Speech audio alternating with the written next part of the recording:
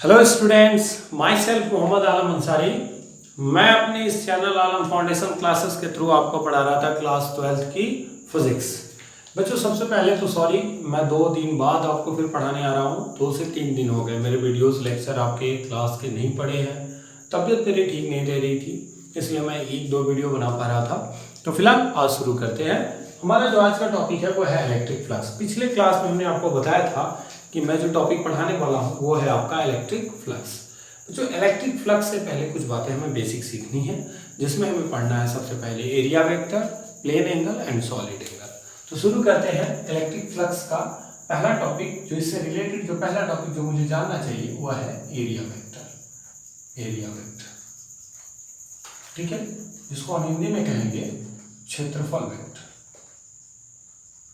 ठीक है, अब आप सोच रहे होंगे कि सर एरिया जो होता है वो स्केलर क्वांटिटी है, तो एरिया वेक्टर क्या हो गया, यानी कि एरिया वेक्टर क्वांटिटी हो गया। बिल्कुल, यानी हम कहेंगे it is a vector quantity, it is a vector quantity. ठीक है, तो एरिया वेक्टर क्या होता है बच्चों? वेक्टर क्वांटिटी होता है। एरिया वेक्टर क्या होता है? वेक्टर क्वांटिटी होता है। और जो इसका डायरेक्शन होगा वो हमेशा perpendicular to the its surface. जैसे मान लीजिए ये कोई एरिया है, ठीक है, ये कोई प्लेन है, कोई एक सरफेस है जो स्क्वायर है या रेक्टेंगल है, स्क्वायर मान लीजिए, सबकी साइड सेम है। तो इसका जो ये सरफेस है वो इसका कुछ ना कुछ एरिया होगा। उसका एरिया क्या हो जाएगा बच्चों? एरिया जो हो जाएगा ए स्क्वायर। ठीक है, किसी भी स्क्वायर का एरिया क्या होता है? ए स्क्वायर। रेक्टेंगल होगा तो रेक्टेंगल का एरिया क्या हो जाएगा बताइए? अगर वो आयत है ए बी बी, तो एरिया क्या हो जाएगा? ए इंटू बी, लंबाई गुणे चौड़ाई। ठीक है, अगर कोई हम सर्कल लिए हुए हैं तो इसका एरिया क्या हो जाएगा? अगर रेडियस आर है तो पाई आर स्क्वायर। तो एरिया वेक्टर क्षेत्रफल वेक्टर क्या होता है पहले तो ये समझे। तो पहले मैंने बताया कि ये वेक्टर क्वांटिटी है या एक सदिश राशि है। अच्छा, और सदिश राशि है तो इसका कुछ ना कुछ डायरेक्शन होगा। तो इसका जो डायरेक्शन होता है वो परपेंडिकुलर टू द प्लेन होता है। तो इट्स डायरेक्शन इज परपेंडिकुलर क्या होगा? To the plane. उस सतह के क्या होगा? परपेंडिकुलर होगा, जो सतह का एरिया हम फाइंड आउट कर रहे होंगे। ठीक है, चलिए अब जैसे ये जो मैंने फिगर्स बनाए हैं ये बोर्ड पे बनाए जा सकते हैं, एक स्क्वायर बोर्ड पे बनाया जा सकता है, रेक्टेंगल बोर्ड पे बनाया जा सकता है। हमने जो सर्कल बनाया है ये बोर्ड पे बनाया जा सकता है। ये एक प्लेन सरफेस पे बनाने वाले फिगर्स हैं, और प्लेन सरफेस पे जो फिगर बनते हैं वो क्या कहते हैं? 2D figure. इन पर जो एरिया लिया जाएगा, मैं एक अच्छे से समझाने की कोशिश करता हूँ आपको एक कोऑर्डिनेट्स के थ्रू। मान लीजिए ये मेरा एक कोऑर्डिनेट हो गया एक्स वाई और जेड। इससे थोड़ा सा गड़बड़ लग रहा है, अच्छा बनाते हैं। चलिए मान लीजिए इस पर ले लेते हैं, ये मेरा हो गया एक्स एक्सिस, ये वाई एक्सिस और ये जेड एक्सिस। एक्स इसको ले लीजिए, वाई इसको ले लीजिए, जेड इसको ले लीजिए, कोई फर्क नहीं पड़ता। चलिए ये जेड एक्सिस हो गया। अब चलिए ये जो मेरा लेंथ और ब्रेथ है, ठीक है, ए और बी, ठीक है, ये मेरा एरिया है पर्टिकुलर। तो इसका जो एरिया होगा वो क्या है? एक्स वाई प्लेन में है ये। तो इसका जो परपेंडिकुलर एक्सिस होगा वो किस एक्सिस में आएगा? जेड एक्सिस में आएगा। तो अगर मैं इसका एरिया लिखना चाहूँ तो एरिया इक्वल टू क्या लिखूंगा? लेंथ इंटू ब्रेथ, यानी ए इंटू बी। अगर मैं इसको वेक्टर के टर्म में लिखूं, तो क्रॉस प्रोडक्ट क्या होता है बताइए? Vector A cross vector B क्या होता है? ठीक है, A B sine theta N cap. पढ़ा है आपने? तो जो एन कैप है वो डायरेक्शन बताता है। तो इस प्लेन का डायरेक्शन क्या होगा? एक्स वाई का डायरेक्शन किस एक्सिस में आएगा? जेड एक्सिस में आएगा।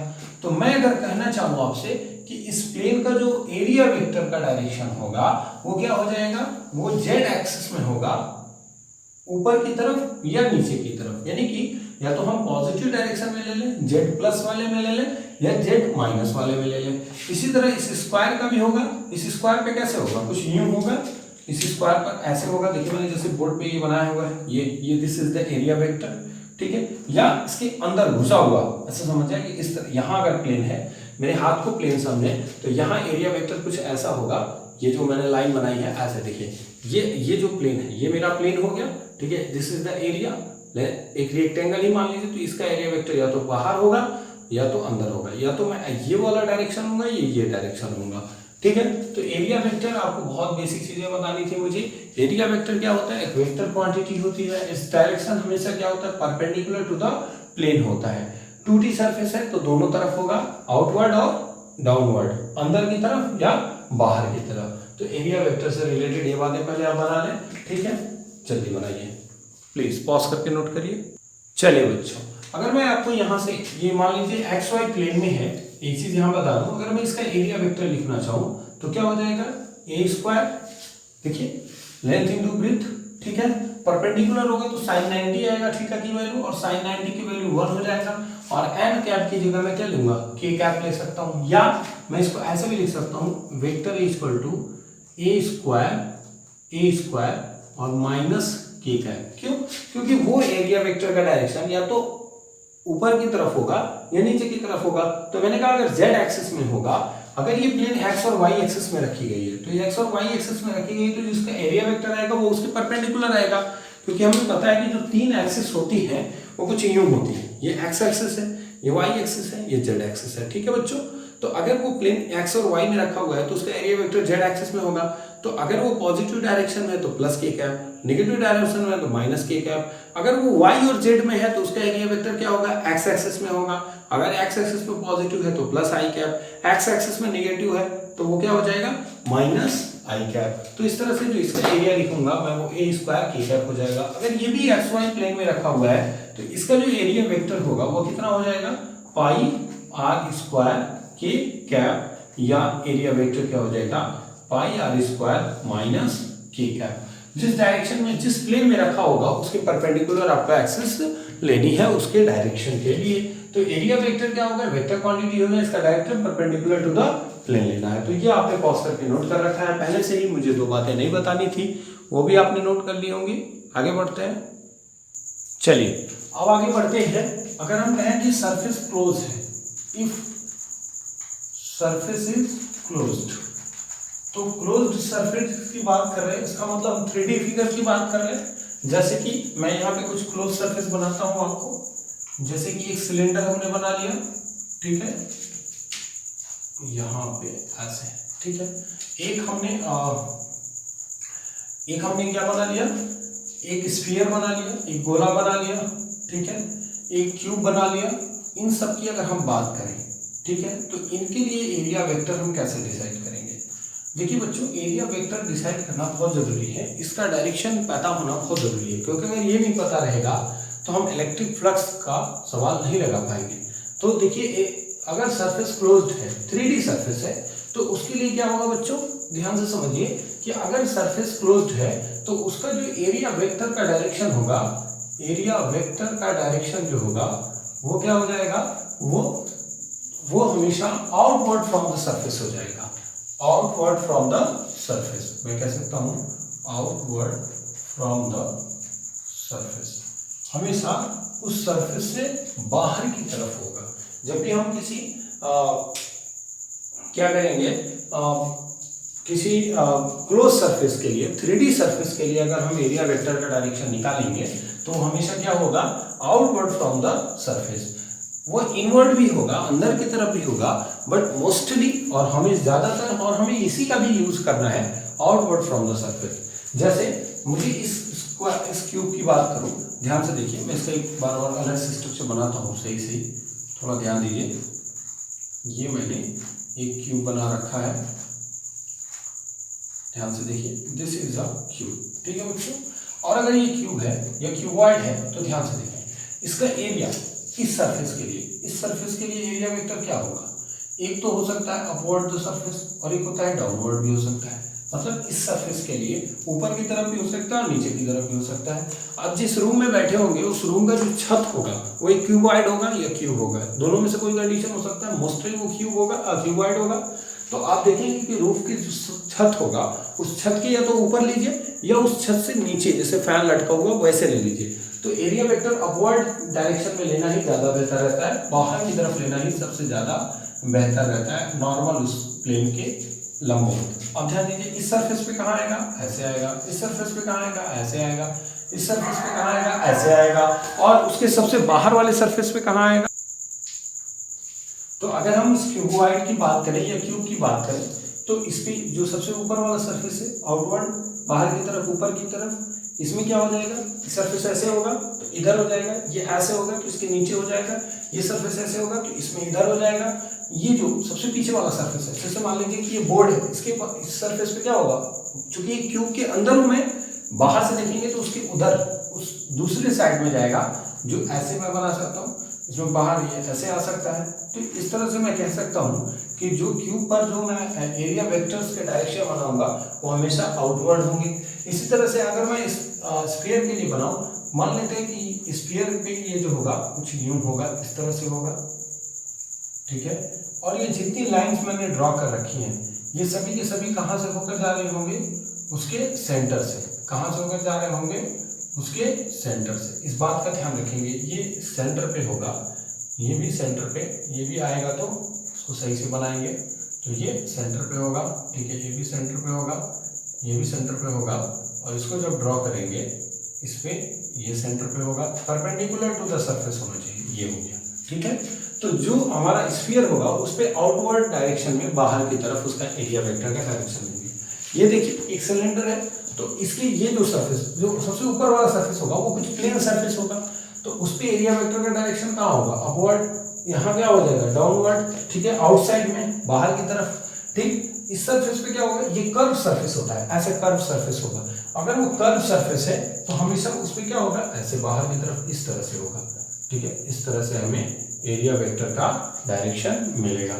तो हम बात कर रहे थे कि एरिया वेक्टर का डायरेक्शन 2D और 3D स्ट्रक्चर्स के लिए कैसे फाइंड आउट करते हैं। प्लीज इसको पॉज करके नोट कर लीजिए, फिर मैं आगे बताऊं आपको।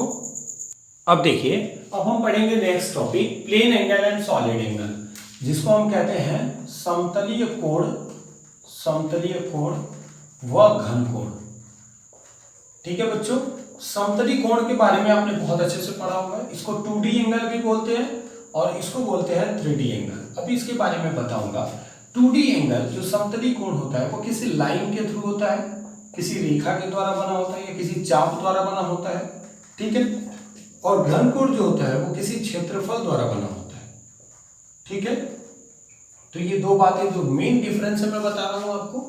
समतलीय कोण का आपने मात्रक पढ़ा होगा, एंगल का मात्रक, कोण का मात्रक क्या होता है, रेडियन, आपने पढ़ा होगा, और इसका मात्रक आपने पढ़ा होगा स्टेरेडियन, ठीक है बच्चों। अब चलिए दोनों को समझते हैं। जो प्लेन एंगल होता है, प्लेन एंगल जो होता है वो किसी आर्क के थ्रू, किसी आर्क के थ्रू, ये आर्क है, ये किसी सर्कल का रेडियस का सेंटर, किसी सर्कल का सेंटर हो गया, किसी वृत्त का केंद्र हो गया, ये उसका आर्क है जिसकी लेंथ हमने एल मानी है। इसके आर्क के इस पॉइंट से अगर मैं इसको मिला दूं और इस पॉइंट से इसको मिला दूं तो ये दोनों इसके रेडियस कहलाएंगे, ठीक है। ये पॉइंट ओ हो गया। यहाँ पे जो एंगल बना होगा this is known as what, plane angle. आपने पढ़ा होगा किसी चाप द्वारा वृत्त के केंद्र पर बना कोण क्या कहलाता है, समतलीय कोण या प्लेन एंगल कहलाता है। तो मैं यहाँ से थीटा बराबर क्या लिख सकता हूँ, चाप बटा त्रिज्या, चाप बटा त्रिज्या। तो यहाँ से थीटा बराबर क्या हो जाएगा बच्चों, यल अपॉन आर, ठीक है। और इसका मात्रा क्या हो जाएगा, रेडियन। तो इस तरह से जो प्लेन एंगल होता है वो 2D एंगल होता है, वो किसी लाइन के थ्रू बना हुआ किसी पॉइंट पर एंगल होता है। अच्छा, अब आते हैं solid angle. Specially solid angle का कॉन्सेप्ट क्यों लाया गया, सॉलिड एंगल इसलिए बताया गया है ताकि हम जो इलेक्ट्रिक फ्लक्स पढ़ेंगे उस पे जो बेस्ट क्वेश्चंस होंगे उनको इजीली सॉल्व कर पाएंगे। सॉलिड एंगल किसी एरिया द्वारा बनाया गया हुआ एंगल है। तो मान लिया है कि ये कोई एरिया है, ध्यान से समझें, ये कोई सरफेस है, इसका एरिया होगा, कुछ ना कुछ होगा ही, बिल्कुल होगा।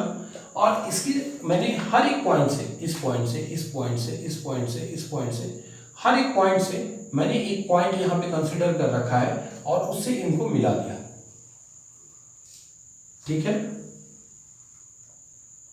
इसको मैंने ऐसे मिला दिया, ठीक है बच्चों। ये आप समझने की कोशिश करें कि इस पॉइंट से भी ये पॉइंट मैच आउट किया हुआ है, इससे भी ये मिलाया हुआ है। मैं अगर सबको मिलाऊंगा तो आप थोड़ा सा कॉम्प्लिकेटेड फिगर आपको दिखेगा, ठीक है, कुछ ऐसे दिखेगा, ठीक। मैंने सारे पॉइंट से मिला रखे हैं इसको।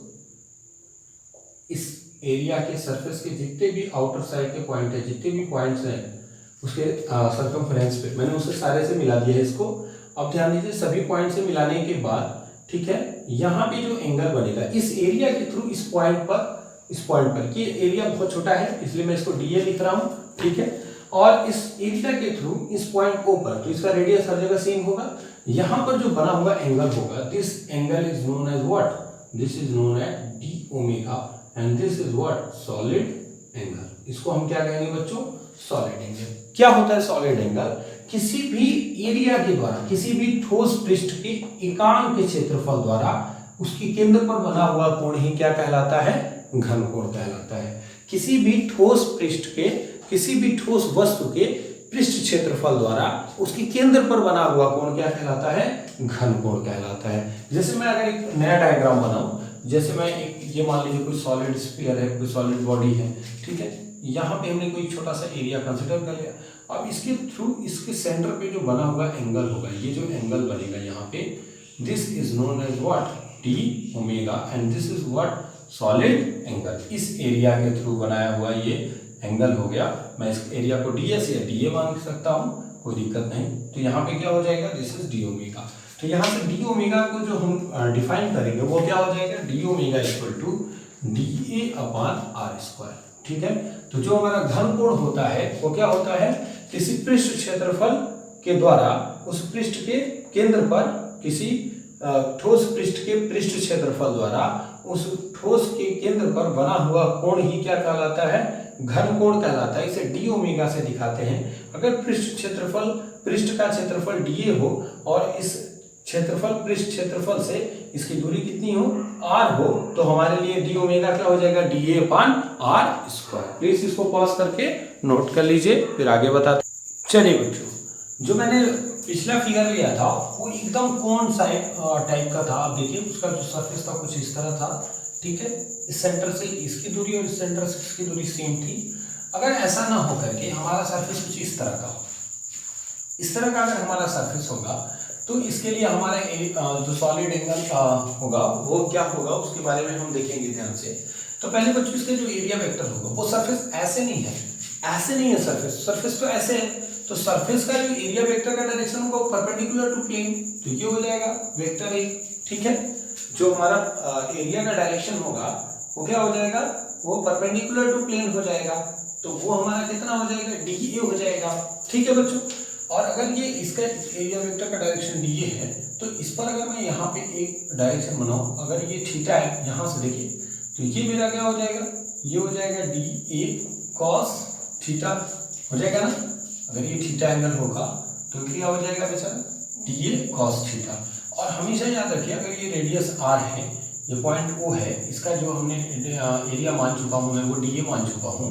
तो इस बेसिस पे मैं क्या कहूँगा कि इसके लिए जो सॉलिड एंगल आएगा वो मेरा डी ओमेगा क्या हो जाएगा, डी ओमेगा हो जाएगा D A cos theta upon R square, या हम डी ओमेगा इक्वल टू लिख सकते हैं D A perpendicular upon R square. यानी कि जो भी हमें एरिया लेना है, एरिया वेक्टर लेना है, वो हमेशा क्या होना चाहिए, उस वेक्टर के परपेंडिकुलर होना चाहिए, ठीक है। पॉज करके इसको भी आप बना सकते हैं, जल्दी जल्दी नोट करिए। चलिए अब इसी क्वेश्चन में देखिए बच्चों, अगर हम किसी स्फीयर के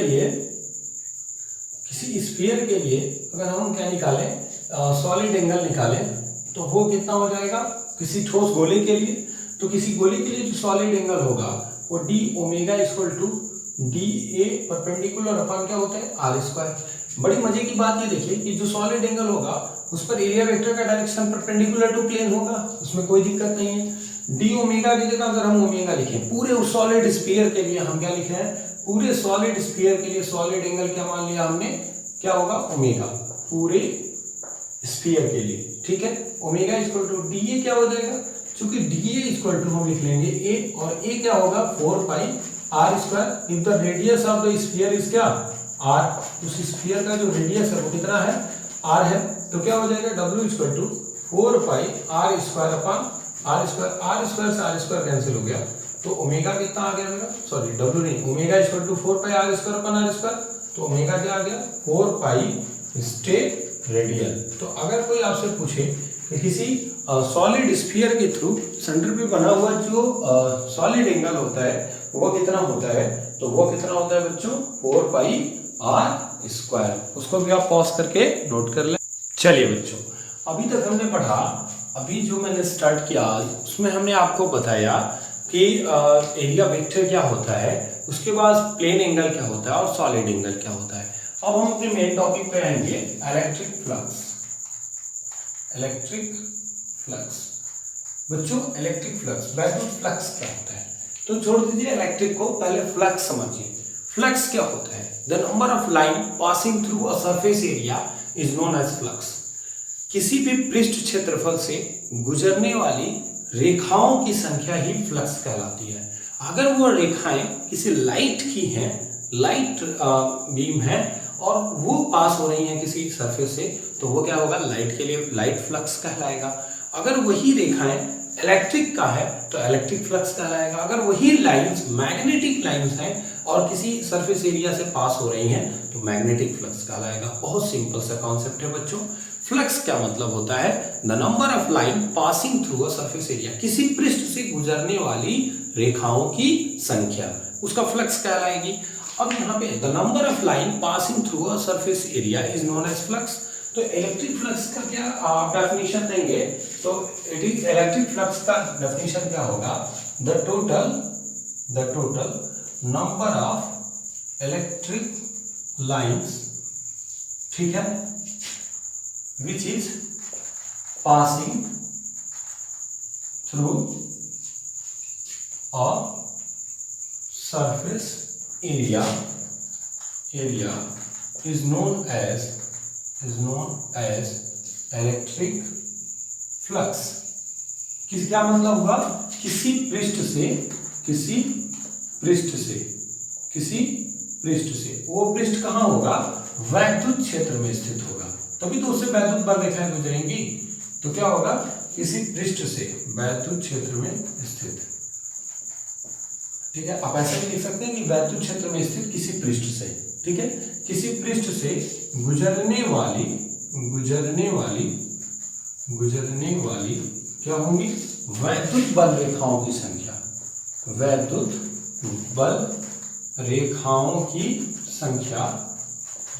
की संख्या क्या कहलाती है, वैद्युत फ्लक्स कहलाती है, वैद्युत फ्लक्स कहलाती है, ठीक है बच्चों। चलिए, तो number of electric lines of force आप कह सकते हैं, वैद्युत बल रेखाओं की संख्या, इलेक्ट्रिक लाइंस ऑफ फोर्स, ठीक है, electric lines of field which is passing through a surface area is known as electric flux। किसी भी पृष्ठ से गुजरने वाली जो वैद्युत बल रेखाओं की संख्या होगी वही क्या कहलाएगी, इलेक्ट्रिक फ्लक्स कहलाएगी। जैसे मान लीजिए हमने यहाँ पे ऐसे बहुत सारी पैरेलल लाइन ड्रॉ कर ली।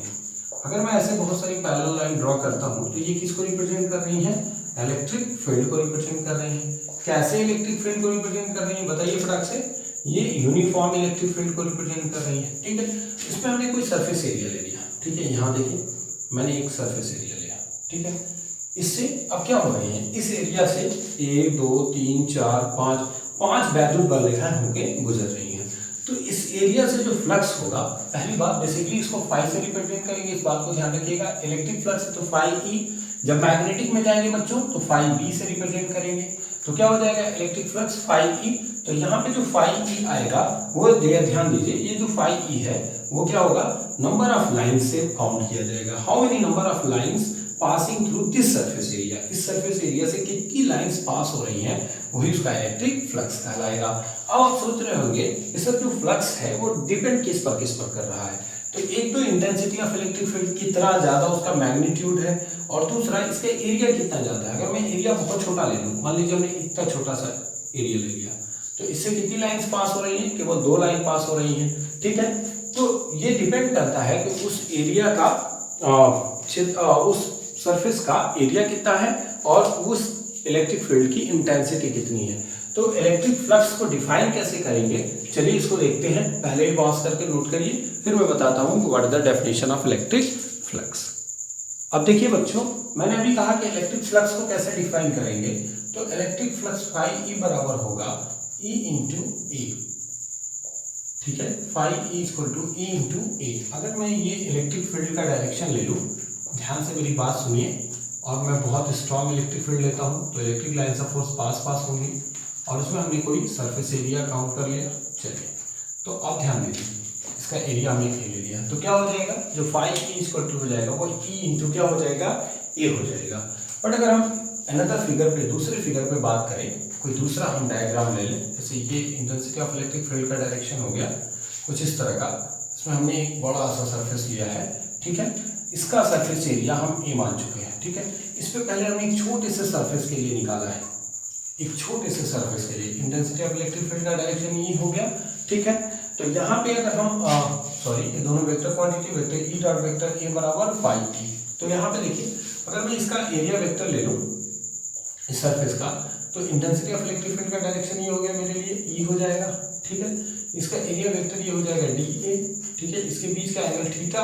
तो यहाँ से मुझे जो फाई ई की वैल्यू मिलेगी बच्चों, वो कितना मिल जाएगी, E vector E dot vector D A मिल जाएगा, जिसको मैं लिख सकता हूँ phi E equal to E D A cos theta, ठीक है। तो ये फाई ई की एक और वैल्यू मिल जाएगी। अगर मैं इसको एक और तरीके से डिफाइन करने की कोशिश करूँ, तो जो मुझे इलेक्ट्रिक फ्लक्स मिलता है वो line integral total close surface का, उस पूरे सरफेस के लिए, फॉर कंप्लीट सरफेस, पूरे पृष्ठ के लिए, पूरे पृष्ठ के लिए क्या हो जाएगा,